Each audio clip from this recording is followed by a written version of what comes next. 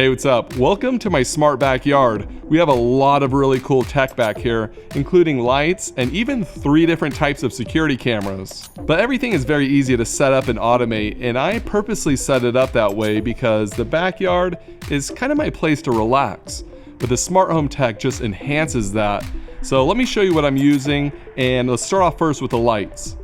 I wanted an easy way for the kids to turn on the backyard lights. That way they can go play back there on their own and give me and my wife a few hours, a few minutes of peace and quiet. So to do this, I installed a smart light switch to control the porch lights. I could automate them to turn on with a schedule, but I only want them on when someone is back there. So I'm using some Ring contact sensors. I like these because while we're gone or late at night, these sensors are used for the alarm. Then when the alarm is not activated, I can use them for automations. So when the back door opens in the evening, the back porch lights automatically turn on. It's set up as an Amazon routine and it works great. But these porch lights don't light up much of the backyard, so we added some string lights to make the area brighter. This is a 100-foot strand and I think they look really good. I especially like that the bulbs are made out of plastic. That way if one ever did fall off, it wouldn't shatter and hurt anyone. The string lights by themselves are not smart, so I have them plugged into a smart outdoor outlet. Same goes for the kids' playhouse lights over in the corner. That way I can set up an automation for when the back porch lights turn on,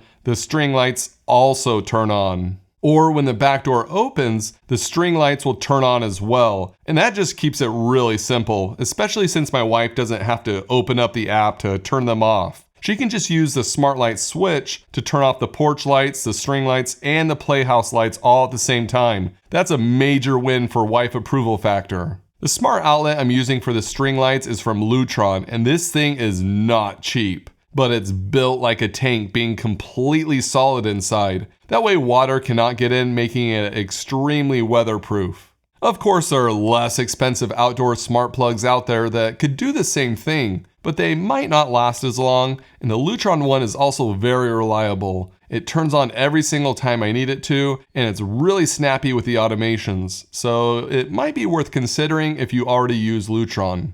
Now, what about landscape lighting? These accent lights near the plants and trees are low voltage lights, and they're very easy to install. You need a transformer, and I have it on the side of my house, and it just plugs into the wall. Then there's a long wire that goes from the transformer all the way around the backyard. The lights I bought are from Home Depot, and they don't require any kind of wire splicing. Which is good because I'm no electrician, so I was wondering if it was going to be difficult to install these lights. Turns out it's not too bad.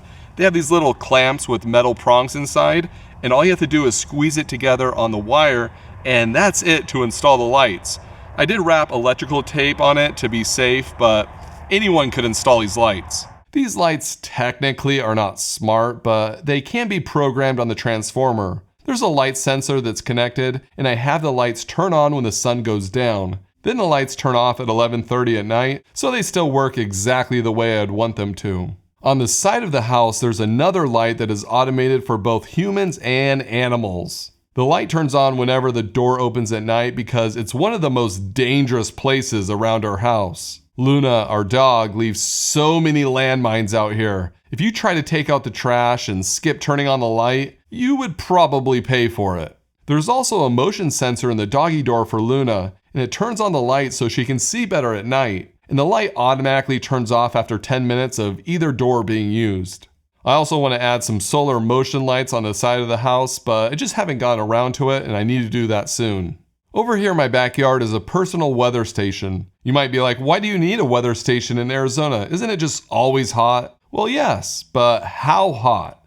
Melt your skin off or just third-degree burn? This thing will tell me. The weather station is from Tempest and was surprisingly easy to set up. The back has solar panels, so you never have to worry about powering this thing. And if you have a lot of clouds for a long period of time, the weather station is pretty smart and will temporarily disable some power-intensive sensors to prolong battery life. Pretty cool. I mounted it on a really sturdy PVC pipe and it just connects to a little base station plugged inside. It detects rain, lightning strikes, wind speed, and all sorts of data. It was really fun to have during the monsoon season. It does not work with SmartThings right now, but Tempest says that will happen in late 2021.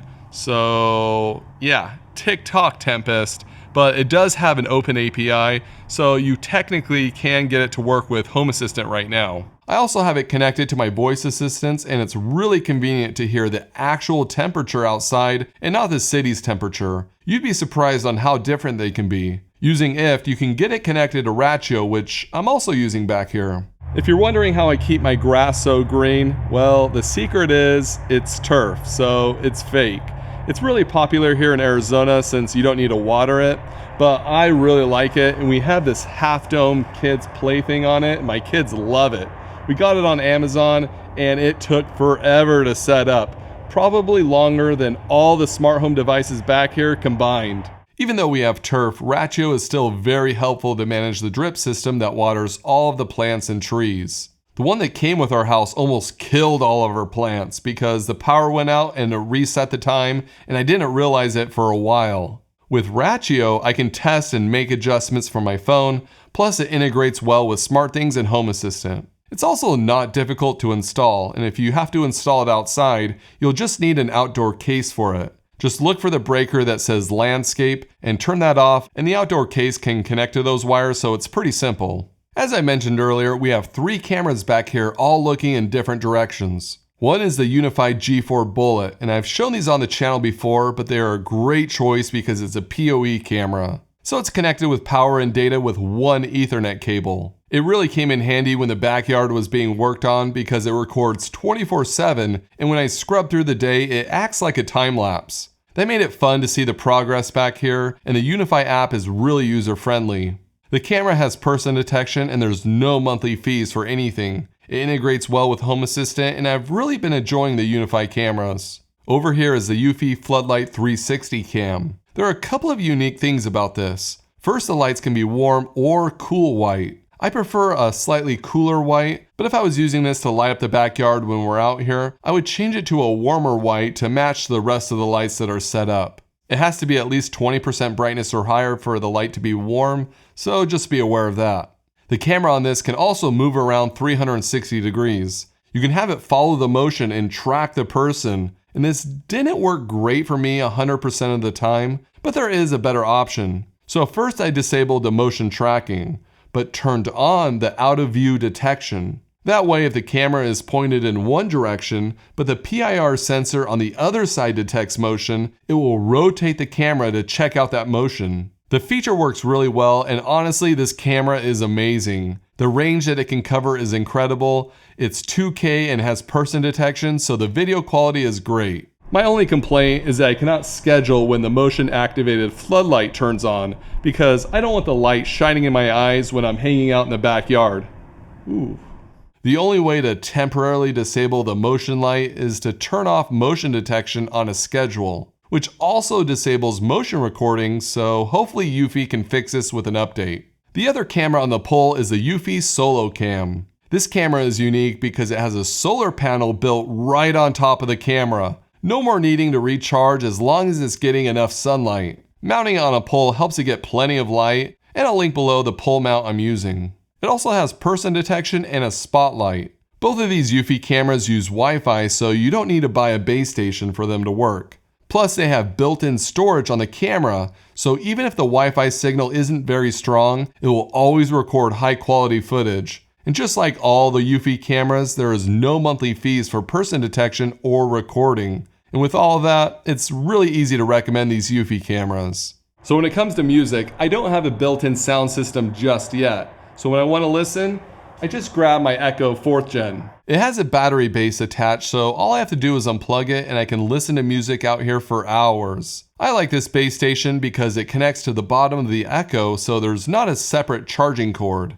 It makes it really easy to unplug and plug back in. And honestly, it's going to be difficult to want an outdoor speaker system when this Echo battery base works so well and is easy. Probably my favorite thing here in the backyard is this fire pit, and it's not smart for safety reasons, but it's a natural gas fire pit, and the way we light it is with this lighter, and this thing is awesome. It's a plasma lighter, and all I have to do is press a button and this plasma beam shoots across. So if it's windy or anything, it will still light candles or whatever. The best thing is that it charges with USB-C, so no butane, and I've been using this thing for 6 months and I've only needed to recharge it once. My wife always thinks I'm gonna burn myself lighting this fire pit, but so far so good. Overall, I like how the backyard turned out. All the smart devices are easy to install and use, making it a really enjoyable and relaxing time back here. One thing I didn't get into out here is the Tesla solar panels and power walls, and I'm excited to explain how I use those in an upcoming video, so make sure you're following the channel. Thanks for watching. Wow, the kids have been out there for so long. I know, right? Hey, you should see this post in our neighborhood Facebook group. Whoever's been blasting Baby Shark non-stop for hours, please stop. What kind of sick person would do that? I know, right? What a monster. Please, baby, suck. Baby Shark by Pink Fong from Reed Spotify. Baby, suck, baby. Do, do, do, do, do, do, do.